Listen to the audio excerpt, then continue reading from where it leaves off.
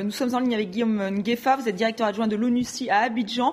Alors on va revenir sur ces chiffres qui ont été annoncés, un bilan très lourd de victimes, 800 morts dans l'ouest du pays. Vous nous confirmez ce bilan? Est-ce que c'est depuis le début de la crise ou est-ce que c'est ces derniers jours?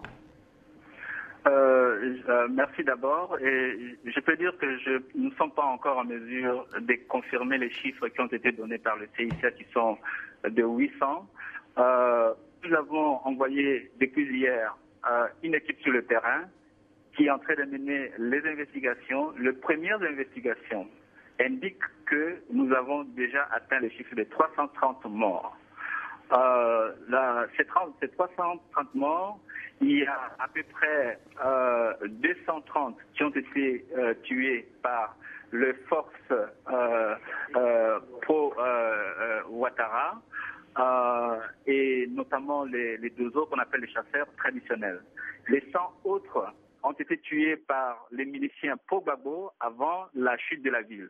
Donc le chiffre de 300 morts comprend effectivement les derniers événements qui ont précédé la capture de la ville de Douekoué et par la suite, donc c'est entre le lundi et mercredi. Donc d'accord, 330 morts et des massacres commis par les deux camps, si je vous comprends bien. Est-ce que vous pensez que Alassane Ouattara parlait de charnier, hein, est-ce que vous pensez que vous allez découvrir de macabres découvertes? On va faire rapidement. Oui, effectivement, notre équipe a découvert dans un premier temps 2 fosses communes et un puits. Nous ne savons pas exactement combien de corps sont dans ces puits. Nous serions en mesure de donner notre bilan d'ici 2 à 3 jours. Mais ce qu'il faut dire, c'est que la situation est extrêmement grave. Parmi les victimes, il y a des civils, il y a bien sûr des miliciens, il y a aussi des femmes et des enfants.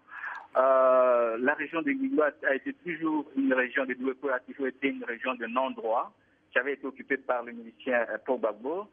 Et dans ces massacres, en fait, sont le jeu des rapports de force militaires dans la région. Et ce que nous disons, c'est que nous devons absolument faire la lumière sur ces massacres, que le responsable de ces massacres puisse être tenu individuellement ou collectivement responsable de ces actes. Merci Guillaume Nguefa, donc en direct d'Abidjan. Et voilà ce que l'on pouvait dire sur la situation en Côte d'Ivoire.